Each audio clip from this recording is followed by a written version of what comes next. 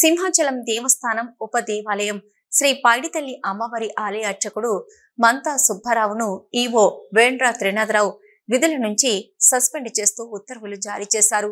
ఇటీవల అర్చకుడు సుబ్బారావుపై భాజపా నాయకులు, విశ్వ హిందూ పరిషత్ ప్రతినిధులు ఫిర్యాదు చేసిన విషయం తెలిసిందే. పవిత్రమైన అర్చక వృత్తిలో ఉంటూ అసాంఘిక కార్యకలాపాలకు పాల్పడుతున్నాడని ఆయనపై ఈవోకు ఫిర్యాదు చేశారు. ఈ నేపథ్యంలో శాఖాపరమైన విచారణ అనంతరం సుబ్బారావును సస్పెండ్ చేస్తూ ఈవో త్రినాథరావు ఉత్తర్వులు జారీ చేశారు. ఏదైతే మందా సుబ్బారావు గారు అనే అర్చక స్వామి ఉన్నారు, వారి మీద చాలా కంప్లైంట్స్ రావడం జరిగింది.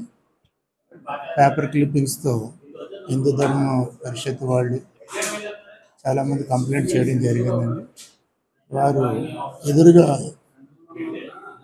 ఈ లిక్కర్ బాటిల్స్ ఏదైతే ఉన్నాయో అవి కూడా ముందు పెట్టుకొని ఫోటోలు గ్రూపులో, వాట్సాప్ గ్రూపుల్లో కూడా వైరల్ కావడం జరిగింది. కనుక వారిని తాత్కాలికంగా విధుల నుంచి సస్పెండ్ చేయడం జరిగింది. దాని మీద ఎంక్వైరీ చేసి తదుపరి చర్యలు తీసుకోవడం జరుగుతుంది.